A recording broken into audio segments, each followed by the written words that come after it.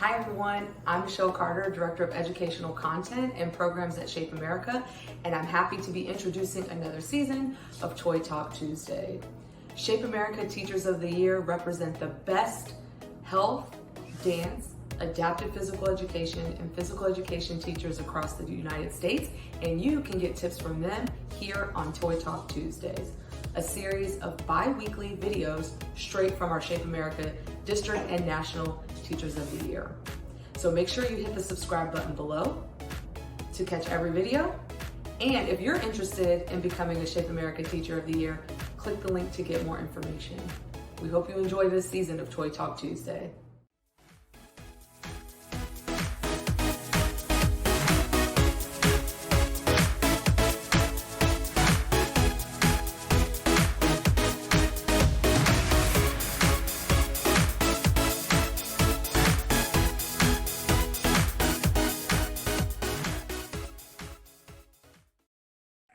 Hi, everyone.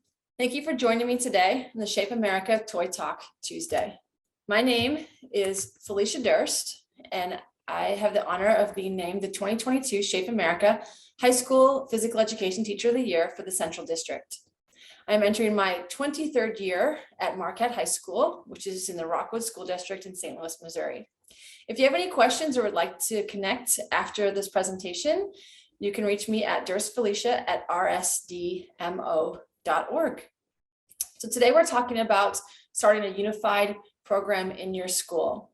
For the first 17 to 18 years of my career, the special education students were spread out throughout the day in several classes with maybe one or two students in each class. And although this was inclusion and the students were included in the classes and they were with their general education peers, the students weren't truly immersed in the classes. So often, if there was a fitness-based activity, the general education students were working at their own pace and the special education students were working with a paraprofessional at their own pace. If it was a team sports type activity, such as football, and the students were working on a skill, the general education students were working together in partners, and then that special education student would be working with a paraprofessional off to the side. If they were doing a game type activity, the special education student would be involved, but in a limited capacity. Maybe, for example, they'd be the center in football. So they got to snap the football, but then they weren't really involved in the grand scheme of the game. I mean, although you tried to get them involved, it really wasn't true inclusion. It wasn't benefiting those special education students as much as the physical education class should. So this year, we at Shape America had a keynote speaker that talked about how the revolution is inclusion. And we're really proud in Rockwood that we have done that over the last several years with our new class. When we started our new class, the first thing we did was we went to specialolympics.org and we clicked on the Unified School Program to see if it was something that would fit our school. And it gave us a good basis for developing a class. We worked with the district coordinator to develop a new class that was meant to benefit the special education students in an inclusive environment with their general education peers. So our class title is PE Mentors and Moving Together. You can see this picture of one of the classes where it's about a one-to-one mentor to students in the classes with about 35 to 36 kids in a class.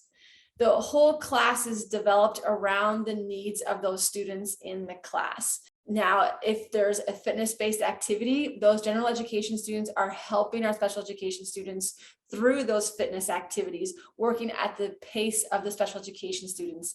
If we're playing a game or doing an activity in the class, it's an activity that's going to benefit the special education students, and the general education students are helping those kids be successful in those games and activities that we're playing. We talked to our SSD teachers and our adaptive PE teachers because they had lots of ideas for us. They shared with us the goals that the students have on their IEPs, which we also have access to as well. But they were able to have good conversations with us about what the class should look like and what we need to have for the class. The next job after developing the class was recruiting the mentors for the class. The first year when the class was developed, the general education population didn't really know what the class was going to entail, what was going to be involved, what their specific duties would be, and what the whole class was about. So we had to start recruiting kids that we thought would be good for that class. And we started in our own PE classes, and then to study hall, looking for kids who would be good at volunteering and helping other students. There's also a program in Missouri called A+, where the students who have good GPAs, attendance, and so many volunteer hours get free community college. So A+ students needed volunteer hours. So those were kids that we talked to about being involved in this class as volunteers to help those kids. And then our National Honor Society was also a place where kids needed volunteer hours, and we recruited those students. The first year, we only had about 8 to 10 of the mentors.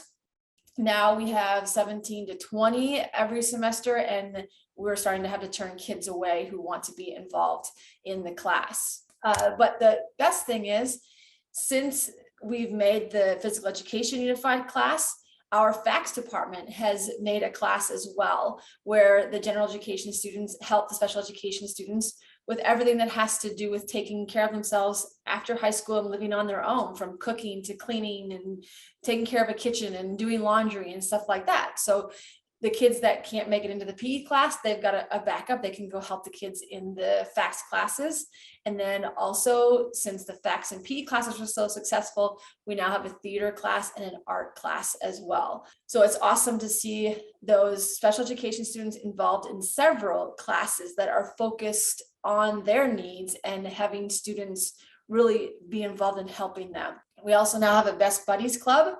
So the students are interacting with their peers after school, doing crafts, celebrating parties, and having game days. Our Mystique team, or our dance team, has made a Dazzlers team of special education students where they perform at the halftime of the basketball games and the football games.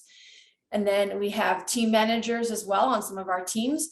So the students aren't now just involved in classes, but they're involved in the whole atmosphere of the school. They now also have a coffee club that the special ed students run during the mornings and at lunchtime, selling coffee to the school. What is amazing as well to see is when the students in those classes, PE and FACS and theater, are asking our special ed students to go out for dinner before the homecoming dance and getting them to the homecoming dance, or making sure that they are with them at the dances for a few dances. So it's not just in class, it's now a whole school atmosphere, which is amazing. After you have developed your class, then find a Special Olympic event that you can participate in or host your own. This is a picture from the bowling event this year, and then we hosted our first ever track and field meet at Marquette this year, where we had over 450 student volunteers that day helping with the event. And so I can only imagine that our programs are going to grow even more and have even more involvement of our general education population with our special ed population. So if you have any questions about starting a unified program at your school, or have any questions for me, my email is on that first slide. And good luck in starting your unified program. And thank you for joining me for Toy Talk Tuesday.